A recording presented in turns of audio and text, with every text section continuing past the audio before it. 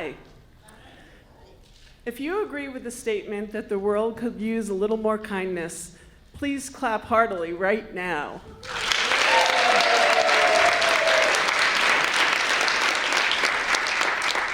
My way of showing a little bit of kindness for the last 20 years or more is to make little packets, Ziploc bags, of lip balm, cough drops, and chocolate kisses. And I keep them in my car and hand them out to people on street corners and at red lights. And I also put a whole bunch of just the lip balms in my bag.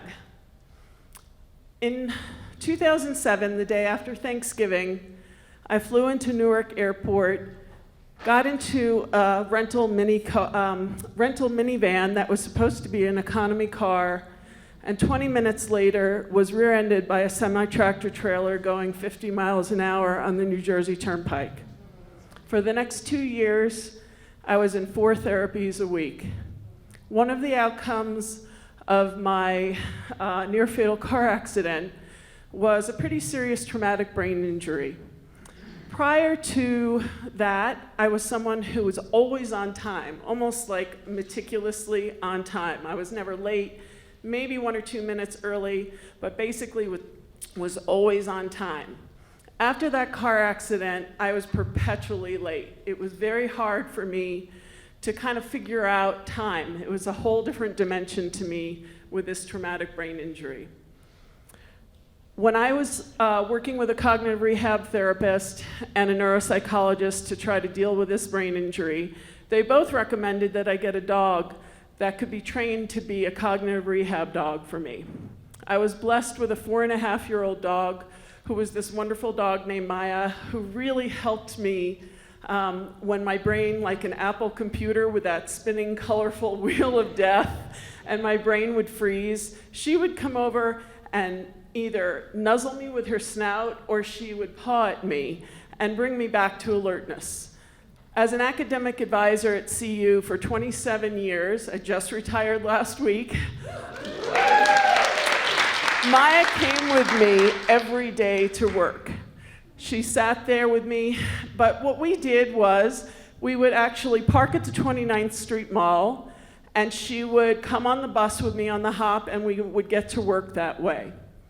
Well, it was January, and it had dumped the day before.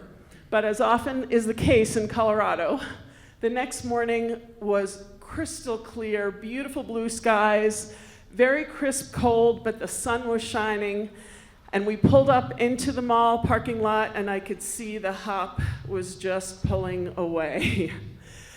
I hadn't timed it right, and I got out of the car and started to rush so that we would not miss the next bus. And as I'm climbing the stairs with Maya and actually going across to get to the bus shelter, I see a woman sitting on a bench, and the sun is just glistening on her. And she's just sitting there with a smile on her face with her eyes closed, and there are bags all around her. And she looks so peaceful. And as I start to walk past her, I decide to stop, and I pull one of the chapsticks lip balms out of my bag, and she opens her eyes, and I said, "Good morning." I said, "Would you like a lip balm?" And at that point, the whole world seemed to stop. It was really tunnel vision, and everything was really slow.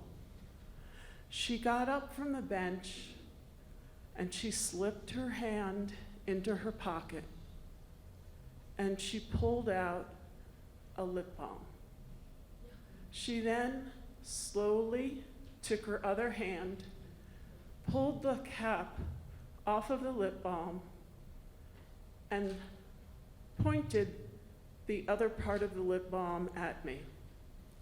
There was a plastic stem sticking out. She went like this and said, "I just put the last little bit on my lips this morning. How did you know that I needed another lip balm?" She said, "You're my angel." And she started to cry. I leaned into her as tears flowed down my face. And we hugged. And as I looked over her shoulder, I could see the next bus was coming. I pulled back from her and I said, "I'm so sorry, I have to go." And at this point, Maya is just wagging her tail. It has slipped into overdrive. She is so happy that this just happened because she was a highly sensing dog that was a total gift to me. And this woman said, "God bless, God bless." And I blew her the biggest kiss, and I got across the street, got on the bus with her, sat down, and to this day, that is one of the most touching moments of my entire life.